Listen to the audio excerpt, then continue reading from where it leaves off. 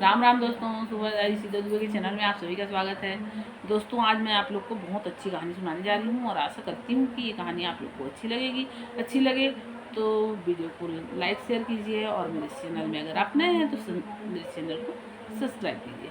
तो चलिए दोस्तों, कहानी शुरू करते हैं। कहानी है एक नगर में एक निर्धन ब्राह्मण रहता था और वो मतलब इधर उधर, और निर्धन ब्राह्मण जो है वो अपनी पत्नी और अपने बच्चे के साथ उस गांव में रहता था। और वो ब्राह्मण जो है वो घर घर इधर उधर घूम घूम के भिक्षा मांगता और उसी से उन लोगों का गुजर बसर होता था। एक समय वो ब्राह्मण जो है वैसे ही करता रहा, कभी पूरब जाता, कभी पश्चिम जाता, कभी उत्तर, कभी दक्षिण जाता और इसी तरह भिक्षा मांग कर लाता और उसी से उनका गुजर बसर होता। लेकिन अब धीरे धीरे उस ब्राह्मण का लड़का जो है वो बड़ा होने लगा तो मतलब शिक्षा दीक्षा का समय आया। और शिक्षा दीक्षा ब्राह्मण के लड़के को जब उपनयन संस्कार हो जाता तब शिक्षा दीक्षा ले सकते थे। तो उस समय में यही नियम था। अब ये उपनयन का उसका उम्र हो गया था और ब्राह्मणी जो है वो ब्राह्मण को हर रोज याद दिलाती कि लड़का उपनयन के लायक हो गया है, लड़का उपनयन के लायक हो गया है, आप पैसा कहीं कहीं से तो मतलब कुछ कमा के लाइए ताकि उसका उपनयन संस्कार हो सके। ब्राह्मण ये बात सुन सुन के परेशान हो जाता है। तो ब्राह्मण एक दिन ब्राह्मणी से बोलता है कि एक काम करो, तुम कुछ मेरे लिए खाने पीने का सामान रख दो और मैं थोड़ा और दूर जाता हूँ भिक्षा मांगने। ब्राह्मणी बोलती है ठीक है। ऐसा कहकर वो कुछ खाने पीने का सामान एक पोटली बना देती है और ब्राह्मण उसको लेके चले जाते हैं। अब चलते चलते चलते चलते बहुत दूर निकल जाता है और निकलता है तो अब ये थक जाता है ना।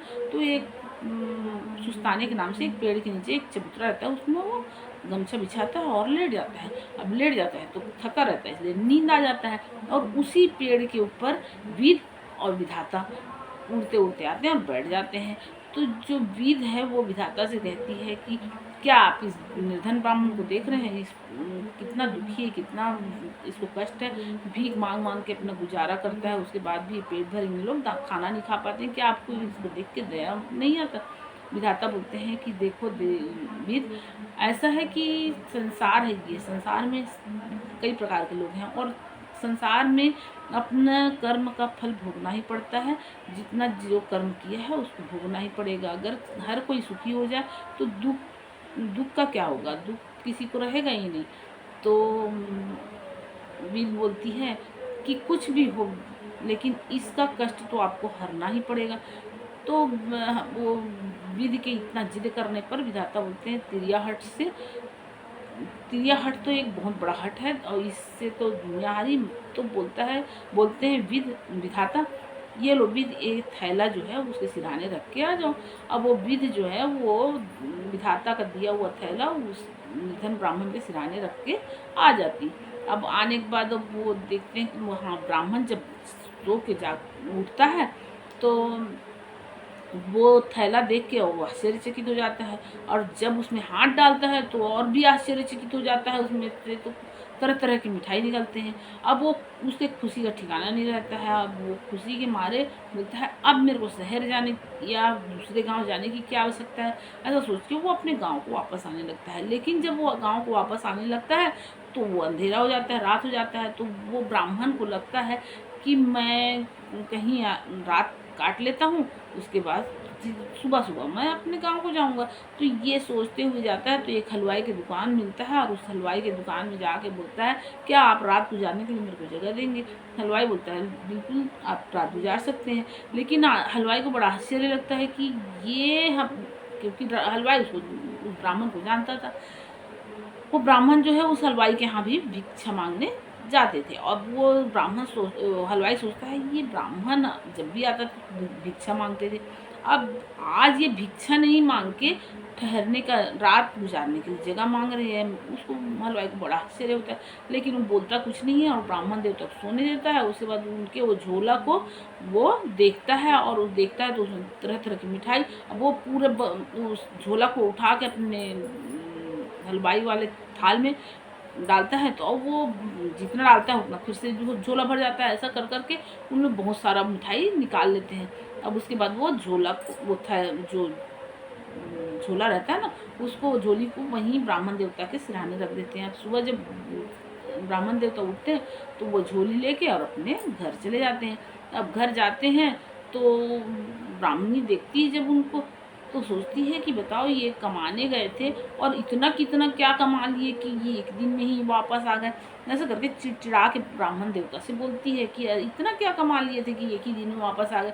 ब्राह्मण देवता बोलते हैं ब्राह्मणी तुम गुस्सा ना हो, जाओ तुम तो नहा धो चुकी ही हो, एक काम करो एक थाल ले आओ। अब वो थाल ले आती है, ब्राह्मण देवता उस झोली को उस थाल में उड़ेलते हैं तो खूब सारा मिठाई, खूब सारा मतलब रंग तरह तरह का मिठाई निकलता है। अब ये बात जो है उनके पड़ोसी से ये 1 से 2, 2 से 4, 4 से ऐसे करके, और अब वो बात फैल जाती है। फैलते फैलते राजा दरबार में पहुंच जाता है। अब राजा दरबार में वो पहुंचता है तो वो राजा दरबार में राजा जो है वो बुलाता है ब्राह्मण देवता को और बोलता है कि तुम्हारे पास अनोखा थैला है तो वो थैला हमको दे दो। अब वो ब्राह्मण देवता जो है वो राजा के आगे तो जिद कर नहीं सकते थे, तो राजा के हाथ में वो थैला चला जाता है। अब जो ब्राह्मण देवता है वो फिर से वही कि वही भीख मांगने के ही उनको सहारा होता है। अब वो फिर से भीख मांगने उसी जगह मतलब उसी रास्ते जाते हैं और उसी पेड़ के नीचे फिर से सो जाते हैं। जब फिर सो जाते हैं तो विध और विधाता फिर से आते हैं उस पेड़ के ऊपर बैठते हैं। तो वो जो विध है वो विधाता से बोलती है ये क्या आप इसके ऊपर ऐसा क्या अनोखा वो किए थे कि इसको आज फिर से वही काम करना पड़ा, आपका वो जो जादुई थैला था उसका क्या हुआ। तो जो विधाता है वो विध से बोलते हैं कि तुम ठहरो, तुम एक काम करो ये थैला फिर से ले जाके ब्राह्मण को दे दो। अब वो जब विधाता जो है विध को थैला देते तो विध जो है वो थैला को वहीं जाके उसे सिरहाने फिर से रख देती है। अब जब रख देती है अब ब्राह्मण देवता फिर उठते हैं और वो थैला में हाथ डालते हैं तो उसमें से जब थैला को ऐसे उड़ेलते हैं तो उसमें से हाथ पैर निकलता है और ब्राह्मण देवता खूब पीटता है। अब जब पीटने लगता है तो ब्राह्मण देवता तो घबरा जाते हैं और वो थैला को फिर से समेट के और बांध मतलब खड़ा कर देते हैं।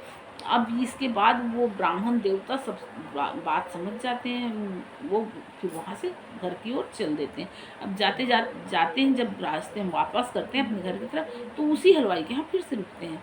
अब जब उसी हलवाई के यहाँ रुकते हैं रात काटने के लिए तो वो हलवाई फिर से वही करता है, फिर से उनके थैला से वो सोचता है कि इसमें से फिर से वैसी मिठाई निकले। तो फिर वो थैला को उड़ेलता है तो उसमें से हाथ पैर निकलते हैं और हाथ पैर निकल के वो हलवाई को उसके जो कारीगर सबको मार पीट के तो वो हलवाई जो है वो ब्राह्मण देवता का हाथ पाँव जोड़ता है और बोलता है कि तुम कुछ करो और ताकि ये हमारा पीछा छोड़े ये हाथ पर। तो ब्राह्मण देवता बोलते हैं देखो इसके लिए तो कुछ आपको खर्च करना पड़ेगा। तो वो बोलता है जो खर्च करना पड़ेगा मैं दूंगा। तो वो ब्राह्मण देवता कुछ रकम बताते हैं, उतना रकम वो दे देता है और ब्राह्मण देवता उस झोला को फिर से खड़ा कर देते हैं और वो सारे हाथ पैर जो है उसमें घुस जाते हैं। अब ब्राह्मण देवता जो पैसा होता है देता है वो हलवाई, उस पैसे से सामान खरीदते हैं, खरीदारी करते हैं। अब वो खरीदारी करते हैं तो गांव के और भी लोग जो हैं उनको लगता है कि ब्राह्मण देवता को फिर से कोई नया खजाना का थैला मिल गया है और ये इसी से राजा बन रहा है, मतलब इससे ये खरीदारी कर रहा है। तो ये बात फिर से राजा के पास पहुंचता है, राजा फिर से बुलाता है। अब बुलाता है तो ब्राह्मण देवता जो है वो लेके जाते हैं वो थैला को और राजा बोलता है कि तुम ये थैला में दे दो। ब्राह्मण देवता बोलते हैं मैं तो थैला दे देता हूँ राजा साहब, तो दिखा वो मैं ये थैला तो दूंगा, अब ये लीजिए करके वो जैसा ही राजा बोलता है कि इसको भी तुम वो करके दिखाओ, मतलब मेरे सामने लेके आओ वो थैला। वो ब्राह्मण जो है वो ले जाता है और उड़ेल देता है तो उसमें से वो सब निकलते हैं हाथ पैर और राजा के राजभवन में तहलका मचा देते हैं। अब वो राजा जो है वो जब तक परेशान हो जाता है तो ब्राह्मण देवता से हाथ जोड़ता पैर पड़ता है और बोलता है कि हे ब्राह्मण देवता आप किसी भी तरह से ये जो आपके जादुई थैले से हाथ पैर निकले हैं उन सबको समेट लीजिए। तो ब्राह्मण देवता बोलते हैं मैं तो एक ही शर्त पे समेटूंगा, जब तुम राजा साहब जब आप मेरे उस पुराने वाले पिछले वाले थैला को मेरे को वापस कर दोगे तो मैं समेटूंगा। तो राजा उस मिठाई वाले थैला को वापस कर देता है, जादुई थैला को। और उसके बाद ये महाराज जो ब्राह्मण जी वो उस थैला को फिर से खड़ा करते हैं और सारे हाथ पैर उसमें घुस जाते हैं। और ब्राह्मण देवता वो अपना जादुई थैला लेके और घर आ जाता है, और उसके बाद वो अपने जीवन अच्छे से व्यतीत करने लगते हैं। दोस्तों, ये कहानी आप लोग को कैसी लगी तो मुझे ज़रूर बताइए। राम राम दोस्तों।